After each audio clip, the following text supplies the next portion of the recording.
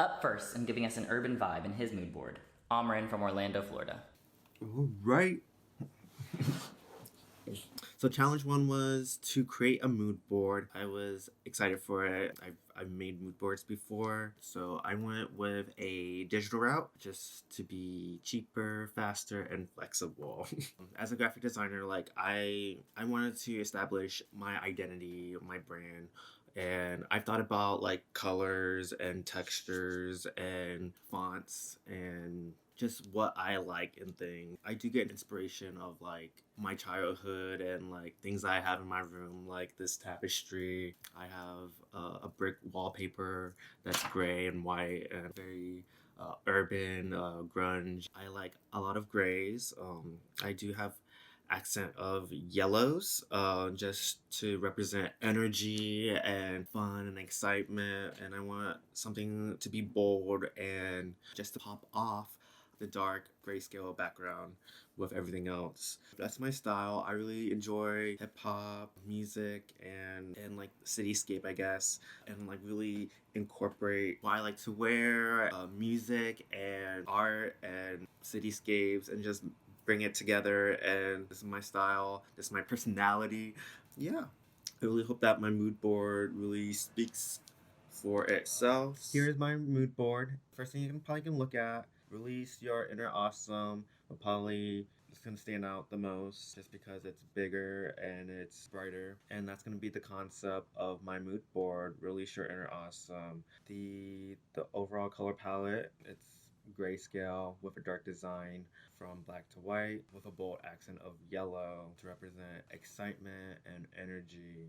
Let's start with the first image of this fence, very bound, caged in, and then underneath you have a zipper to also represent you're unleashing, you're revealing something. To the right are a pair of sneakers, also gonna have style to fit with the style of street and city and athletic. You might have noticed that the edges of the images are textured, but I want to show you how like this is a board and you are ripping away through what's underneath and the images are being revealed what you ripped open.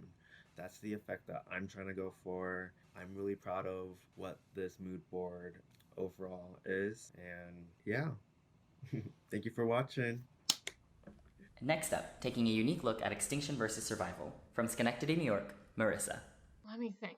The way that I would typically go about this process is literally scouring music from everywhere and anywhere I can think of. I would start probably in the cinematic scores.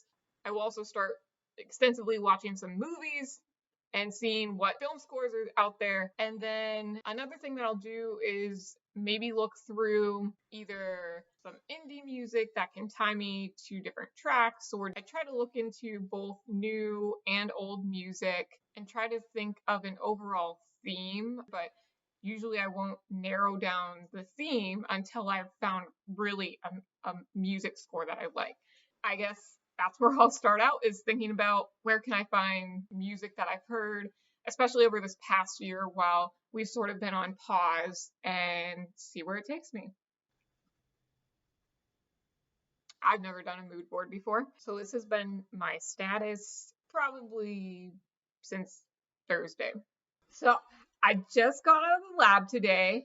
I ran across something that came out, I'd say early 2020. It was from the 1975, the Notes on Conditional Form soundtrack. It's something that recently came out, and I recalled that at the beginning of this album, Greta Thunberg, her climate activist speech was featured throughout the whole duration of the song. It's sort of the continued dialogue.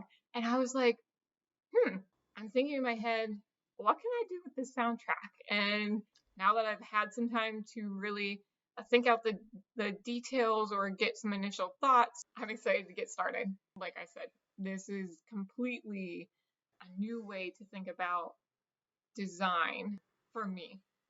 My approach would be seeing what resources are out there, adapting that, or at least the most emotional visuals that I can find and sort of creating a collage and a story to go along with the soundtrack.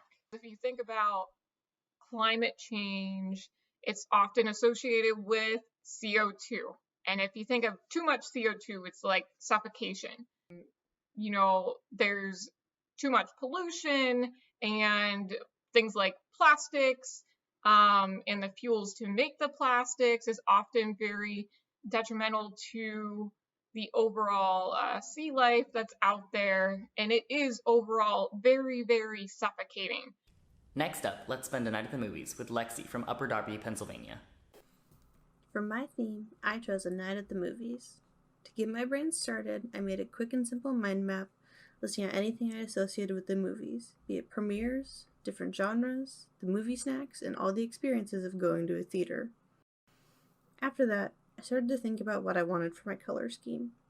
Maybe some reds like the red carpet, yellow like popcorn, maybe a little gray of the screen right before they turn the projector on after they've darkened the main lights.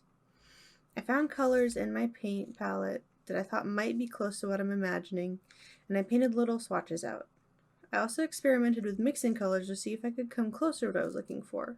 I did paint extra colors just in case when I got into the computer, I didn't like what I found. After that, I scanned it in and got to work in Photoshop.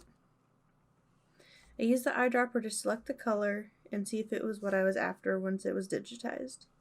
If not, then I went in and played with the settings, make it a little brighter, a little bluer, something, until I found just the right mix. After that, I went on my internet hunt for the images I was going to use and the fabrics I was envisioning, and maybe to see if there was any extra inspiration for me. Having found all my images, I opened them up to do adjusting of the size, the colors, the borders, maybe change the color, maybe adjust the darkness. Once I got all of them adjusted where I wanted individually, I brought them all onto one main board and rearranged them to where I liked them and where they would be visually pleasing. I also found a way to creatively integrate my color palette by hiding it into one of my images.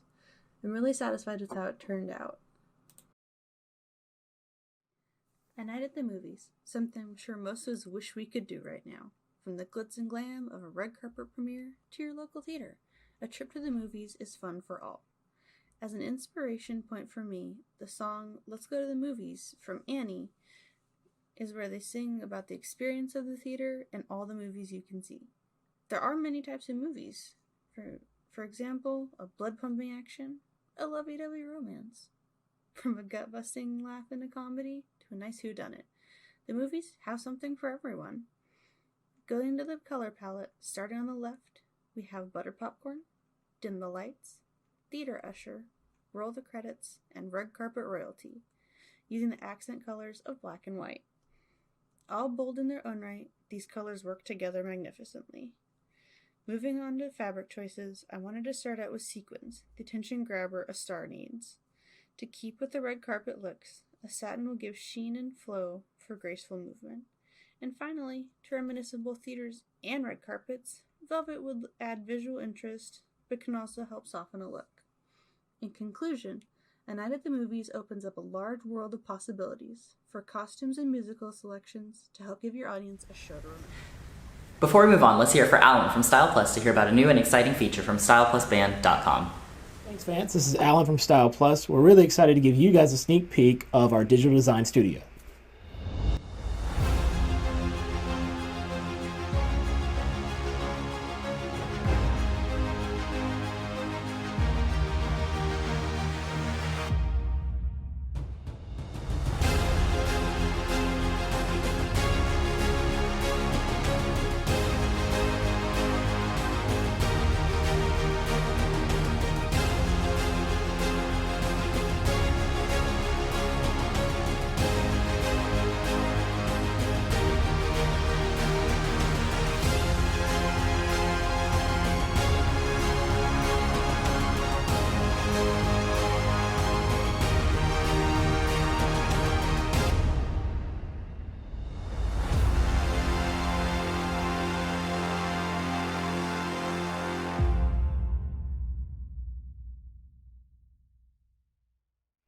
So go to styleplusband.com right now and check it out for yourself.